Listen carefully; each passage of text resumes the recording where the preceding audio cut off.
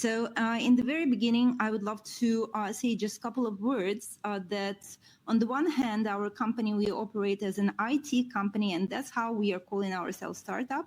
But also we operate in pharmaceutical industry where we call ourselves a dinosaurs. So we have lots of data about the market over here. And we have done some analysis and fulfilled some consultancy projects over here. So we can see some common patterns of what is happening with companies over here. Also, some time back, not so long time ago, we also were the new bird here in the region, and I would love to share our experience, our mistakes, which we have done, and which outcomes we have done from this. So basically, the region over here is tremendously amazing in terms of potential. And I think you guys all have already understood this from the previous slides and previous speakers who presented it. So we, from our side, we can see the greatest opportunities in terms launching the new molecules. So we have compared the number of molecules in the specific areas like diabetes, like cardiovascular disorders, like anesthesia medications, and et cetera, et cetera. So over here we have represented just insulins, opioids, and some treatment of dementia. And we can see that number of molecules registered here in the UAE, in Saudi Arabia, and in other countries are tremendously lower rather than the same segment in European countries. And if we compare it towards the population in the countries, we can see the greatest opportunities, which, when it goes about the market growth, creates the greatest potential for the new launches. And at the same time, just a second. And at the same time, we can see that the market is quite tricky for foreign companies to enter. So we also were a foreign company to enter this region somewhere in 2019. So we paid attention to this market in 2018, and we decided to launch ourselves over here with the help of the local partner. So we were sad that we were told that the only one way how successfully launch our services in the region is to choose the proper partner and to onboard him and to let him do a business for us in terms of the partnership. So finally, we faced so many local nuances of how things are going on over here in the business. So we faced slow response to our emails. We faced lots of meetings which led to nothing. We saw that our partner just promised to do some services for us and finally didn't fulfill it. So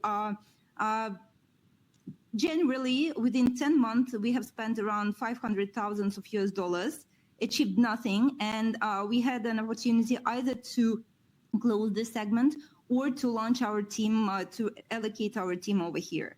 So we have decided the second way, and that's how we are here. So by now, we are operating in 30 countries, have more than 100 partners among pharmaceutical production sites. And I would be happy if the insights which we have faced and which we are just discovering in everyday work would be also helpful for you. So we can see that so many partners of ours, they underestimate some difficulties which they can face. They underestimate the role of distribution sector over here. So they think that facing just onboarding one distributor is good enough for making a successful business over here. Sometimes it works, sometimes it can create some difficulties. We also can see that some companies, they do not pay attention towards their portfolio. What is registered in the region, what is not registered in the region, what can go on the tender sales, what are the current requirements, what are the current regulations, have it changed recently or not?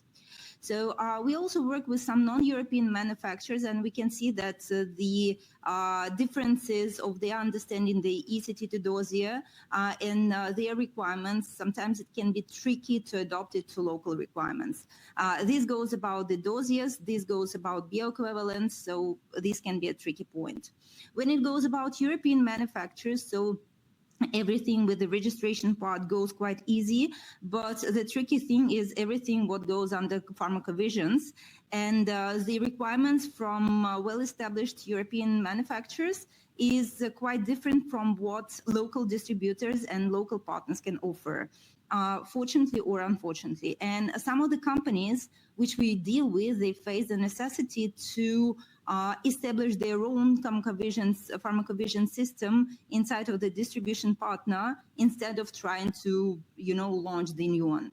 So that's why every company who is planning to launch the sales over here need to be prepared that there will be some difficulties. This is a very attractive region, but not very easy to enter to. Basically, there are three main models how the pharmaceutical company can launch their sales over here. First is the localization of the production site. So this is one of the longest, maybe most expensive, and maybe most efficient way how to launch the sales. And currently, some governments, they offer some support in terms of investments to allocate some prospective molecules. Second way is through scientific office, means to establish their own representative office. This is slightly cheaper. This requires to establish their own team, and some countries like Saudi Arabia requires some specifics towards the nationality and qualification to the people who are managing an example pharmacovigilance department. And the easiest way is through distribution companies, the fastest, maybe most obvious way, but it's also like this way also has some tricky things which you need to know about. So currently, when we look at the market, we can see too many of distribution companies, and each distribution company has not too many of molecules in their portfolios. So forget about wholesales, house distribution, logistics operators, companies over here, which you can probably observe in the US market and in European market. So over here, the companies are of the business model when they handle the registration process, the marketing process, the logistics process, the sales process, and everything, it goes in one hand. So that's why some companies might be very efficient, and some companies have lots of things to do to become efficient.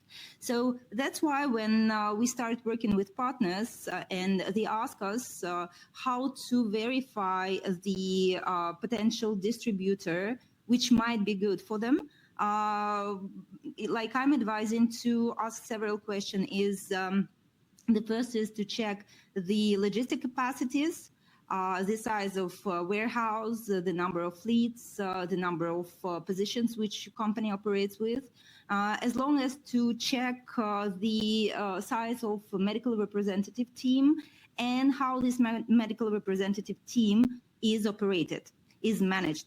So understanding these figures and understanding these nuances can give you a good answer how efficient your potential partner is. So we have done also some research on how the well-known companies are entering into the region.